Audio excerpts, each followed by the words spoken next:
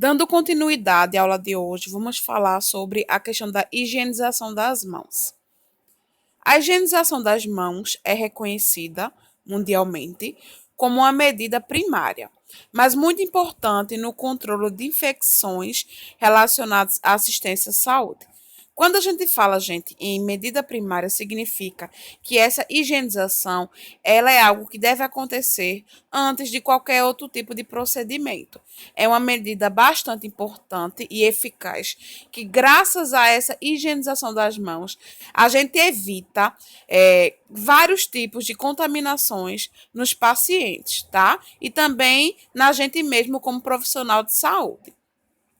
Por este motivo, tem sido considerada como um dos pilares da prevenção e controle de infecções dentro dos serviços de saúde, incluindo aquelas decorrentes da transmissão cruzada de micro-organismos multiresistentes.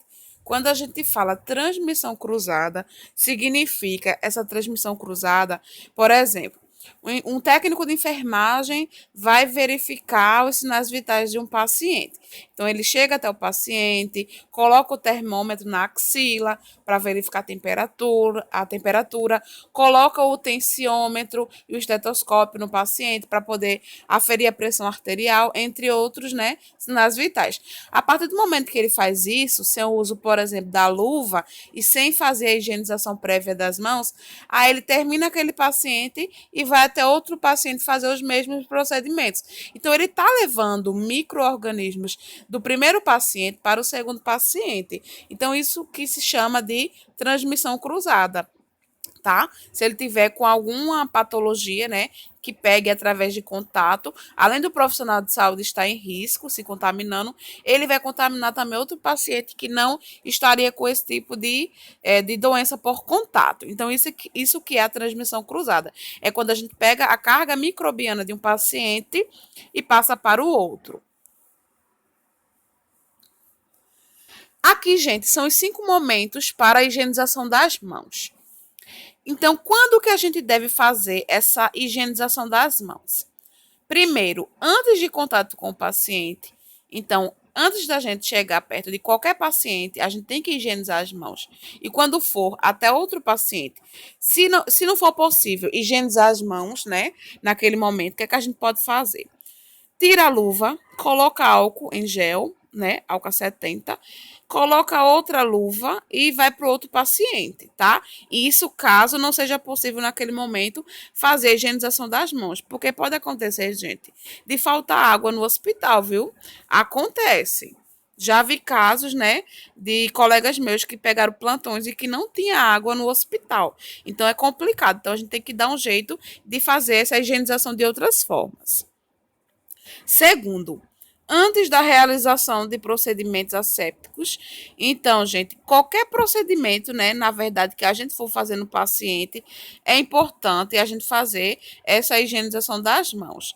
Por exemplo, administrar medicamento no paciente, tá? Porque, assim, no primeiro caso, antes de contato, por exemplo, a gente vai aferir sinais vitais. E no segundo caso, a gente fala em relação aos procedimentos em si, como a administração de medicamentos, tá, gente? Como, por exemplo, um curativo simples, tá? Que o técnico de enfermagem, ele faz curativo. Porém, eles fazem os curativos simples. Vocês vão ver na aula de feridas e curativos. Até que tipos de curativos vocês podem fazer. Terceiro, após risco de exposição a fluidos corporais, no caso, aí ele está, esse terceiro ponto está perto, né, de uma bolsa coletora de urina, tá? Então, o paciente ele está com sonda vesical de demora. Vocês vão ter também aula sobre sonda. Então, qualquer fluido, né, qualquer risco que a gente tem de exposição a fluido, sangue do paciente, urina, pode ser também a questão da secreção nasal dele.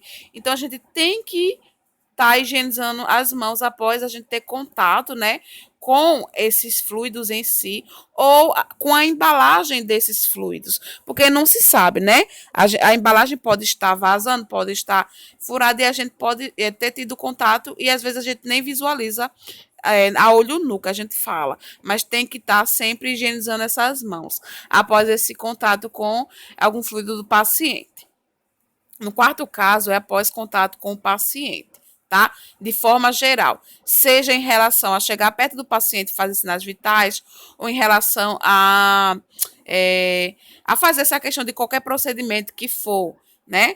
E até assim, se a gente chega no paciente, começa a colher informações, né? Que é a historinha dele, que é a anamnese que a gente fala, que a gente sempre pergunta, senhor, tá fazendo xixi, cocô direitinho e tudo mais? Então a gente vai ter um contato com o paciente, né? A gente pode não tocar nele, mas ele vai estar ali falando, vai estar produzindo o quê? Né? Secreção através vai estar expelindo, né, na verdade, a secreção da saliva. Hoje em dia, nem tanto porque com a pandemia todos usam máscara, né? Mas no dia a dia sem pandemia, paciente não utiliza máscara, profissional de saúde também, infelizmente, não utiliza máscara. Então tem que ter sempre esse cuidado. Após contato com áreas próximas do paciente, no ponto 5.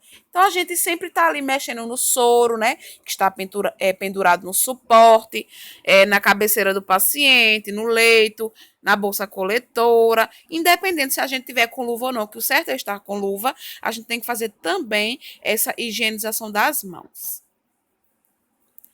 Aqui são os produtos utilizados na higienização das mãos. Temos o sabonete comum. Quando a gente fala sabonete comum, gente, é aquele sabonete que ele não tem antisséptico dentro dele, ou seja, não tem poder algum de matar em si os micro-organismos. Esses sabonetes comuns, eles servem apenas para remover a sujeira, né? Remover as partículas e sujeiras que estão ali visivelmente sobre as mãos. Então, aí, ó, o sabonete comum não contém agentes antimicrobianos ou se contém em baixas concentrações. A maioria deles não contém, tá, gente? Pode ser que vocês vejam alguns que contêm sim, mas a maioria não contém. É mais para fazer aquela remoção daquela sujidade mais superficial que está nas mãos. E temos os agentes antissépticos, como o próprio nome já diz, né? Esses agentes são utilizados para a higienização das mãos e tem ação antimicrobiana imediata, ou seja, tem o poder de matar os micro-organismos. Como exemplos de agentes antissépticos, temos 3 muito comuns na área da saúde, tá? O álcool. Os álcools, eles podem prevenir a transferência de patógenos hospitalares. No nosso caso, a gente utiliza, né, o álcool a 70%, mas na forma em gel. Tem também a questão da forma líquida, tá? Mas é o mesmo efeito. Temos a clorexidina também bem famosinha, né, nos hospitais, na área da saúde. Ele é o melhor entre os antissépticos disponíveis, tá, gente? E temos o último aí, que é o PVPI, tá? Que são os iodóforos. Esse PVPI, gente, ele não está tão em uso hoje em dia. Antigamente se utilizava mais. Ele se deixou de utilizar porque justamente eles estavam causando alergia, reações alérgicas nos pacientes e também nos profissionais quando tinha contato com ele. Então, eles causam mais dermatite de contato, irritativa, que outras soluções antissépticas, comumente utilizadas para higienização. Por isso que ele se deixou mais de utilizar. Mas a questão do efeito dele, de realmente matar determinados micro-organismos, ele é muito bom para isso. Mas por questões alérgicas mesmo, ele está cada vez mais em desuso. A gente vê mais o álcool e a clorexidina hoje em dia. E aqui, gente, é o passo a passo como higienizar essas mãos. Isso aqui, muita gente aprendeu hoje em dia devido ao Covid-19, né? Devido à pandemia. Mas todo mundo já era para saber isso aqui de rotina, porque isso aqui é a forma correta de higienizar as mãos, não só para nós profissionais de saúde, mas também para a população em geral. Então é algo que não é ensinado em escolas, faculdades, seja onde for, para profissionais que não são da área da saúde, né? Pessoas que estão nas escolas. Isso aqui não é ensinado. Hoje em dia, né, a pandemia abriu mais a cabeça das pessoas e estamos cada vez mais, né, essas pessoas que antes eram leigas, que a gente fala, estão cada vez mais sabendo higienizar corretamente as mãos. Esse passo a passo é de uma higienização simples para o dia a dia, né? Rotina que a gente fala, tanto hospitalar quanto de posto de saúde, SAMU, UPA, seja onde for. Porque existe também a higienização para quem trabalha, gente, no centro cirúrgico, né? Que tem a questão da escovação e tudo mais. Vocês vão ver isso na disciplina de enfermagem cirúrgica. Então, como é esse passo a passo? Isso aqui, ó, vocês vão ver, vocês vão ter, na verdade, aula prática no laboratório de como fazer essa higienização das mãos. Então, primeiramente, abrir a torneira e molhar as mãos, evitando encostar-se à pia, tá, gente? Por isso que o ideal são umas pias que são específicas, né? São formuladas justamente para higienização em setores hospitalares. Nem sempre a gente vai encontrar pias adequadas, mas o certo seria uma pia exclusiva para essa higienização a modo hospitalar, né, da área da saúde. Segundo passo, aplicar na palma da mão a quantidade suficiente de sabonete líquido para cobrir todas as superfícies das mãos. Seguir a quantidade recomendada pelo fabricante. Porque dependendo, né, da questão do sabonete, ele diz a quantidade certa para se colocar. Depois que a gente coloca, a gente faz o quê? Vai ensaboar as palmas das mãos, friccionando-as entre si. No terceiro passo. No quarto passo, a gente vai esfregar a palma da mão direita contra o dorso da mão esquerda, entrelaçando os dedos e vice-versa. Então, quando a gente faz isso com uma mão, após finalizar, a gente faz com a outra. Aí perguntam, professora, mas quanto tempo a gente tem que passar fazendo cada passo a passo desse? Gente, vocês que decidem a quantidade de vezes que vão fazer cada passo desse. Se é 5 vezes, se é 10 vezes, ou até vocês verem, né, e sentirem que as mãos estão limpas em cada passo que vocês derem nessa higienização das mãos. Não tem uma regra muito certa, tem que ser 10 vezes. Não, vai depender também de como a mão está naquela situação, né? O nível de sujeira dela. Quinto passo, entrelaçar os dedos e friccionar os espaços interdigitais. Sexto, esfregar o dorso dos dedos de uma mão com a palma da mão oposta, segurando os dedos com o movimento de vai e vem e vice-versa. Tá, gente? Isso aqui não se preocupe não, que na prática eu vou mostrar a vocês direitinho como é que se faz. Depois, esfregar o polegar direito com auxílio da palma da mão esquerda, utilizando-se movimento circular e vice-versa. Posteriormente, friccionar as polpas digitais e unhas da mão esquerda contra a palma da mão direita fechada em concha, fazendo movimentos circular e vice-versa. Nesse oitavo passo aqui, gente, é importante a questão das unhas estarem bem cortadas, porque quando a mulher ou o homem tiver com as unhas grandes, ao realizar esse oitavo passo, a pessoa pode se cortar. E também tem a questão de que a polpa digital, né, a parte interna da unha não vai estar bem higienizada se a unha estiver grande. Então, não tem como ter esse contato, né, para fazer essa fricção e higienização de forma adequada. Por isso que é importante as unhas estarem cortadas bem curtinhas. Depois, né, para finalizar essa questão do passo a passo, a gente faz o quê? Esfregar o punho esquerdo com o auxílio da palma da mão direita, utilizando o movimento circular e vice-versa. Então, sempre a gente finaliza com o punho. Aí perguntou, mas professora, a gente tem que utilizar exatamente a ordem desse passo a passo? Sim, é ideal que seja, mas caso vocês esqueçam ou não queira fazer na ordem, portanto, que finalize o punho, né? Deixe o punho por último, é bastante importante, tá? E enxaguar as mãos, retirando os resíduos de sabonete, evitar contato direto das mãos, ensaboando com a torneira. Por último, a gente vai fazer o quê? Secar as mãos com papel toalha descartável, iniciando pelas mãos e seguindo pelos punhos. No caso de torneiras com contato manual para fechamento, sempre utilizar papel toalha. Então, é muito fácil, sim. É muito fácil, gente. E simples. Essa higienização das mãos, todos vocês vão fazer no laboratório. Método para calçar luva estéreo. Isso aqui também é aula prática, tá, gente? A gente vê aqui o passo a passo, mas na prática que vocês vão ver como é que se faz. Muita gente lê aqui e não entende, mas na prática vocês vão entender direitinho, que é muito simples esse método para calçar luva estéreo. No começo, algumas pessoas podem ter dificuldade, porque tem que ter cuidado para não contaminar o campo estéreo, tá? O campo da luva. Mas vocês vão ver que com o passar do tempo, com o treinamento, vocês vão aprender direitinho. Então, essas luvas estéreis, gente, elas devem ser utilizadas sempre que ocorrer a necessidade de manipulação de áreas estéreis, tá, gente? Então, por exemplo, a questão de fazer curativo de ferida operatória, aspiração endotraqueal no paciente, tudo isso a gente utiliza essas luvas estéreis. Sondagem vesical de demora, vocês vão ver na aula de sonda, a gente utiliza também luva estéreo, entre outros procedimentos. É importante lembrar que as luvas estéreis, elas têm vários tamanhos.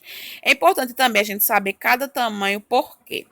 Porque é muito complicado você fazer um procedimento e as luvas estarem apertadas demais ou folgadas demais. Isso prejudica muito, gente, na hora de fazer os procedimentos. Então, esse procedimento, né, ele requer uma técnica correta, que é para justamente evitar a contaminação da luva. Se a luva é estéril, significa que ela não tem nada de carga microbiana dela. Então, a gente tem que fazer o procedimento no paciente com ela estéril. A gente não pode contaminar, certo? De modo algum. Aqui, ó, 1, 2, 3, 4, 5. E aqui do lado direito, no último quadrado, vocês vão ver que ele explica como se faz esse método de calçar luva estéreo. Pela imagem, vocês não vão entender muita coisa, tá? Mas quando eu ensinar vocês pessoalmente, vocês vão ver que é um método bastante simples e dá para aprender rapidamente. Já que no método de colocação da fralda em pacientes acamados, vocês vão ver esse vídeo que eu disponibilizei o link aqui, ó, nesse slide. Esse vídeo é bem curtinho, ele tem duração em média de 2 minutos. Às vezes, nem sempre a gente vai ter o acompanhamento do paciente para nos auxiliar, por exemplo, a colocar uma fralda, tá? A gente não vai ter também o auxílio de outro colega técnico, por exemplo, para colocar. Pela correria do dia a dia, eles podem estar ocupados. Então, nos momentos em que você, como profissional de saúde, ou até em casa com seu familiar, estiver sozinho, nesse vídeo ele mostra uma técnica que é muito mais fácil e possível de se colocar uma fralda num paciente que é acamado. Então vocês assistam, gente, cliquem nesse link e assistam no final da aula esse vídeo para vocês verem direitinho como é que se faz. E o banho no leito também, aula prática, vocês vão ter aula de laboratório de banho no leito, assim como também o método de colocação de fralda, tá, gente? Finalidade de um banho, higiene e conforto, tá? No paciente. Aqui são as listas dos materiais que vocês vão ver no laboratório. É tudo certinho, direitinho. E a questão aqui também da pré-execução do banho. Observar, né, se está prescrito o banho para o paciente, preparar o material. E aqui é uma ordem lógica de como se dá o banho no leito. Então, na aula prática, vocês vão ver também como que se dá essa ordem desse banho, por onde começar, por onde terminar, o que é que a gente deve fazer, todos os procedimentos para esse banho. E aqui a execução em si. Leiam essa execução para vocês terem uma noção. Mas assim, a prática em si, quando a gente estiver praticando, tanto no laboratório quanto no dia a dia, vocês não vão precisar nem ver essa questão da execução. No dia a dia vai ficar tão automático que vocês já vão saber o que fazer, por onde começar, quais procedimentos no banho fazer, tá, gente? Então, isso aqui, ó, dê uma lida nessa execução e para vocês terem uma noção. Mas na aula prática no laboratório de banho no leito, vocês vão entender muito melhor como que se faz esse banho.